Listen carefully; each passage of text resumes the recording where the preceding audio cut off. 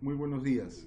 Mi nombre es Carlos Mejía. Estoy muy contento de estar esta mañana con ustedes y poder conversar de unos temas que en verdad a mí me apasionan mucho, son parte de mi trabajo y de las convicciones que uno tiene. En primer lugar, quiero agradecer al doctor Pedro Mijaíl Orellana la gentil invitación para esta exposición. Con Pedro nos une una larga amistad, un trabajo común hace muchos años, siempre en defensa de los trabajadores, las causas justas, y es uno de los profesionales de los cuales yo he aprendido mucho, eh, y también, claro, de la memoria de su insigne padre, un mártir del movimiento sindical.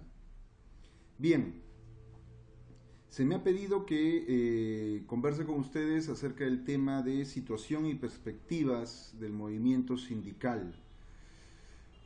Si bien es un tema bastante amplio y bastante complejo, voy a tratar de hacer una exposición lo más amena posible, lo más rápida. Me gustaría, sinceramente, estar entre ustedes y después de la exposición escuchar sus preguntas y poder conversar como es lo habitual. Lamentablemente, mi trabajo, las distancias han hecho imposible que esto ocurra así. Sin embargo, de todas maneras, espero que lo que yo les pueda contar esta mañana les permita a ustedes tener una discusión, una conversación de provecho, y estoy seguro que más temprano que tarde vamos a tener la oportunidad de poder sí encontrarnos y conversar y discutir de estos temas. El movimiento sindical es un tema complicado porque es un actor polémico, es un actor difícil de comprender en toda su magnitud, porque no siempre su presencia es cercana y muchas veces está tergiversado, opacado, disminuido eh, por los intereses sociales que se expresan en los medios de comunicación. Entonces, un poco como para entender de qué estamos hablando, vamos a hacer primero, como es habitual, una revisión histórica, que yo espero que no sea muy aburrida. Eh, el movimiento sindical tiene como etapas. Entonces, la primera etapa, la más antigua, los inicios del movimiento sindical, están de la mano también con los inicios del siglo XX. Entonces todo el siglo XX vamos a decir que es el siglo del movimiento sindical. Si bien es cierto que a finales de 1800 eh, podía uno ver algunos embriones de grupos de trabajadores, en verdad es el siglo XX que va a tenerlo como principal actor. Entonces, la primera etapa, el primer momento del movimiento sindical se va a llamar anarcosindicalismo. El anarcosindicalismo es una manera de entender al sindicato, es una manera de hacer la acción sindical, que como su nombre indica tiene dos grandes orígenes ideológicos. El anarquismo, ¿no?, aplicado al movimiento sindical. El anarcosindicalismo vamos a encontrarlo en los puertos, extraído por los barcos mercantes, donde marineros italianos, franceses, españoles, principalmente italianos, beben de la tradición de los anarquistas italianos y españoles, y en el puerto del Callao van a compartir sus inquietudes, sus perspectivas. Entonces tenemos trabajadores portuarios, también tenemos sastres, panaderos, principalmente en Lima y luego en algunas ciudades del país. El gran tema o el gran aporte de todo este periodo, del periodo anarcosindicalista, Es muy amplio, es muy importante, es muy rico de conocer. No hay las suficientes investigaciones históricas, lamentablemente, pero vamos a hacer un gran esfuerzo de resumen y vamos a decir una palabra: autoeducación. Los anarquistas, los anarcosindicalistas van a tener una obsesión con el tema educativo. Van a fundar bibliotecas obreras, van a establecer revistas de formación sindical, donde el proletariado nuevo que estaba surgiendo se va a dedicar a el estudio, la lectura, la poesía, porque en el imaginario anarcosindicalista la redención, si bien tenía lugar en la esfera política, la redención principal del trabajador iba a ser a través de su superación educativa. Había que ilustrar al trabajador. El anarcosindicalismo nos va a dejar cosas importantes: la lucha de la jornada de las 8 horas, por ejemplo, que es el punto culminante, el punto principal de su agenda. Y luego va a entrar en debate con otra corriente también internacional de ideas que en ese momento está en boga desde 1905 y con mucha mayor fuerza a partir de la Revolución Rusa de 1917. Me refiero a la tradición marxista. El marxismo en el Perú, como ustedes saben, tiene un personaje central: José Carlos Mariátegui. José Carlos Mariátegui es un joven provinciano, moqueguano, que muy joven se traslada a la ciudad de Lima y allí desarrolla... José Carlos Mariátegui probablemente era de su generación el peruano más inteligente y con mayores posibilidades y potencialidades. Hoy por hoy sigue siendo hasta la fecha el peruano más leído en todo el mundo, cuya obra ha sido traducida a más idiomas, y es un hito dentro del pensamiento marxista a nivel mundial. En todas las facultades donde se estudia el marxismo, ya sea en Princeton, en Estados Unidos, o en Oxford, en Europa, o en cualquier universidad de Alemania, es imposible acercarse al marxismo latinoamericano sin la presencia de José Carlos Mariátegui. Y digo todo esto porque también hay que recordar lo siguiente: José Carlos Mariátegui es completamente autodidacta, nunca pasó por una universidad. Es más bien, hasta uno podría pensar que tenía un espíritu casi antiuniversitario. Es una de esas historias que son pues efectivamente muy ricas y muy interesantes, muy complejas, ¿no? Pero ¿qué es lo que el aporte de Mariátegui va a significar para el movimiento sindical? En primer lugar, va a ser una polémica muy fuerte con los anarquistas. Se va a discutir, en primer lugar, acerca de la relación que tiene que haber entre el sindicato y la política. Los anarcosindicalistas tenían una visión pesimista, negativa, reacia a la política.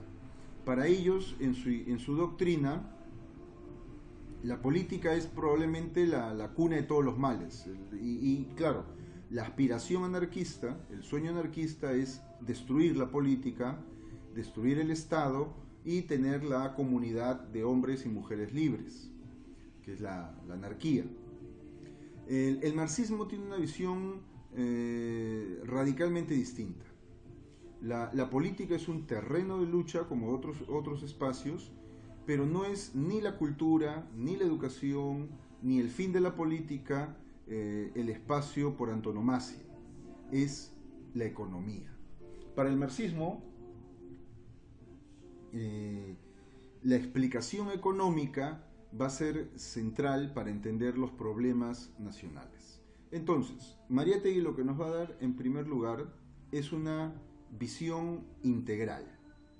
Ya no más es un país que se va a entender por los problemas culturales, por la ignorancia del indio, por la tradición española, sino ahora se va a entender como un todo. donde lo económico va a ser central y fundamental para explicar los otros órdenes de la vida social. Al mismo tiempo va a darnos José Carlos Mariátegui, va a poner en el centro a la clase obrera. No solamente va a consolidar ya lo que se venía trabajando con los anarcosindicalistas, sino es el que le va a dar realmente el rol, la tarea de ser la vanguardia del proceso de cambio social en el Perú, la clase obrera. Al mismo tiempo, tal vez uno de los retos más difíciles para Mariátegui era cómo acercarse al espacio rural. Entonces, y ahí es en donde efectivamente, por distintas razones, tuvo mayores dificultades. Si bien hace un diagnóstico muy, muy claro, muy perspicaz del problema indígena, y lo entiende efectivamente como el problema económico de la tierra, de la propiedad sobre la tierra, sus esfuerzos organizativos y sus esfuerzos de acción colectiva, de integrar lo urbano con lo rural, no van a tener el mismo éxito. Mariátegui nos deja a los sectores populares, a los trabajadores, dos herramientas. Para hacer la política y para transformar la política y para luchar en la política, va a fundar el Partido Comunista. Para la reivindicación laboral, económica, social, va a convencer a los líderes sindicales de la época, que eran muchos de ellos venían del anarcosindicalismo, otros estaban recién ingresando a la vida sindical, y estaban acostumbrados a tener sus sindicatos pequeños, sus sindicatos dispersos, sus sindicatos autónomos. Los va a persuadir y convencer de que el gran reto es unificarse, unirse, consolidar una confederación, la Confederación General de Trabajadores del Perú, la CGTP.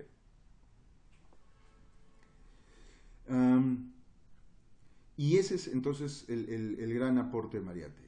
El destino quiso, bueno, el destino y los intereses de las clases dominantes también obligaron a Mariátegui a tomar decisiones difíciles, a vivir una vida muy complicada, perseguido, con dificultades permanentes.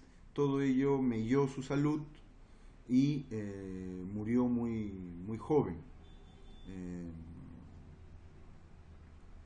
Entonces, eso va a dejar su legado más o menos en una situación bastante difícil y cierra entonces la segunda etapa del movimiento sindical, ¿no? La primera etapa es el anarcosindicalismo, la segunda etapa es la del surgimiento y fundación del sindicalismo clasista, del sindicalismo de clase. Luego vienen los años 30, que es la tercera etapa.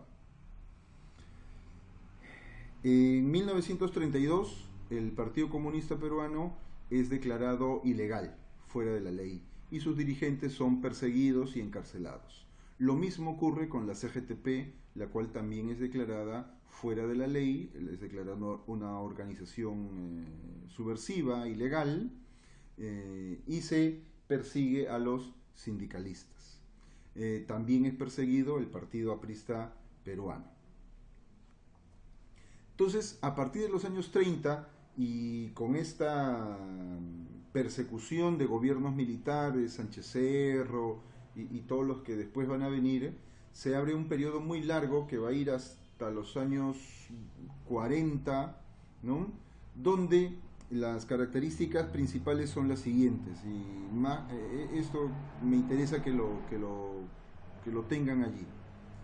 En primer lugar, las dictaduras militares de la época van a perseguir cualquier intento de organización y articulación sindical por encima del nivel de empresa. Es decir, se va a tolerar los sindicatos de empresa.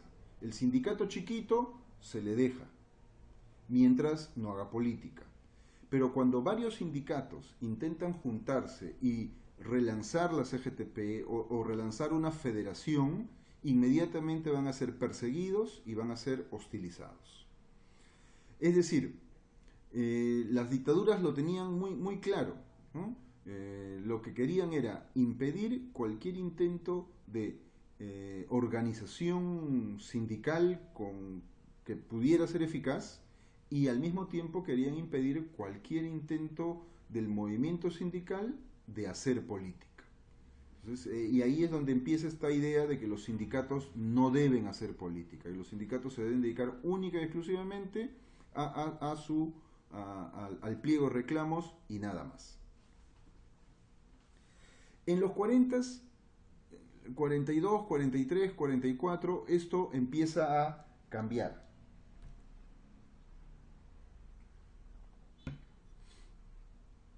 Empieza a cambiar, y no por una razón interna en el país. Recuerden ustedes, en los años 40, qué es lo que estaba ocurriendo en el mundo: la Segunda Guerra Mundial. Entonces, la Segunda Guerra Mundial significó, por un lado, los países del eje, Italia, Alemania, Japón, y por otro, los aliados, donde estaba Inglaterra, Estados Unidos y la Unión Soviética. Y entonces, Estados Unidos y la Unión Soviética en ese momento eran aliados en la lucha contra el fascismo. Esta alianza tenía de alguna manera ciertas reciprocidades. Como ustedes saben, en la guerra europea, sostener el frente oriental, donde el ejército rojo estaba haciendo una defensa heroica en la ciudad de Stalingrado, y luego va a pasar y gracias a esa defensa heroica y a la victoria de Stalingrado es que el curso de la Segunda Guerra Mundial va a cambiar. Todo esto significó un gran sacrificio, un gran esfuerzo del pueblo soviético, y también la contraparte estadounidense. Entonces, por pedido expreso de la Unión Soviética, decide aligerar un poco las cosas en los países que son la órbita de Estados Unidos, América Latina y otros lugares. ¿Y esto qué significó? Significó entonces que más o menos había una especie de deshielo, y aquellos que habían sido perseguidos ya no lo eran tanto, empezando por los comunistas y los sindicalistas. Entonces, en el 44, si la memoria no me falla, se logra reconstituir una confederación sindical, la CTP. La CTP histórica es fundada el 1 de mayo del 44 en la tumba de José Carlos Mariátegui, en Lima, mediante un pacto que hay entre el Partido Aprista y el Partido Comunista para poder trabajar conjuntamente el tema sindical, siguiendo el modelo de los chilenos, donde el Partido Comunista y el Partido Socialista trabajaban juntos alrededor de la Central Unitaria de Trabajadores. Este pacto, que de haber tenido éxito nos hubiera dado una central única y nos hubiera dado un movimiento sindical unitario, fracasa por la traición de los apristas. Esto es un hecho histórico y nadie debe o sea, las cosas pasaron así. Hubo un acuerdo de alternancia, pero este acuerdo de alternancia, en el primer congreso, o sea, después de la fundación, en el congreso en donde tenía que efectuarse, es traicionado, y los apristas copan todos los puestos de dirección de la CTP y expulsan a los comunistas. Esto va a significar una afrenta muy fuerte en la memoria comunista de los dirigentes sindicales de la época, y va a ser la causal de la división en dos grandes alas del movimiento sindical peruano: por un lado los apristas, por otro lado los comunistas o la izquierda. Entonces, de los 40 y al mismo tiempo va a significar lo siguiente: el control que va a tener el partido aprista sobre la CTP siempre va a ser muy difícil, y por lo tanto cada vez se va a hacer más fuerte, de tal manera que la CTP va a terminar subordinada por el partido. Entonces, las la parte más triste, más oscura, más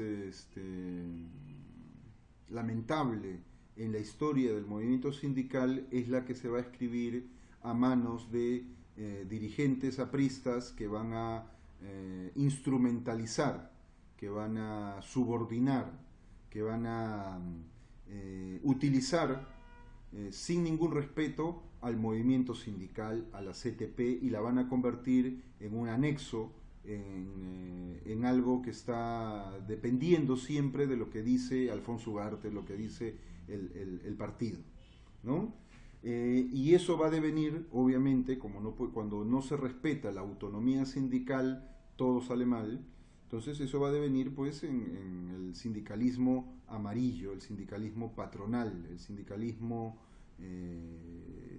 traidor, vende obrero, vende huelgas, que a partir de los años 50 hasta fines de los años 60 va a tener como escenario la CTP, ¿no?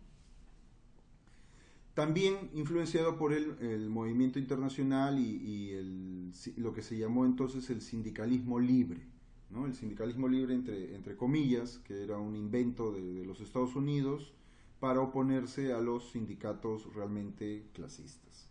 Entonces todo este periodo oscuro, este periodo negro, este periodo difícil va a continuar cada vez más en crisis, en declive, en cuestionamiento, y ahí va a haber un fenómeno social muy importante. A partir de los años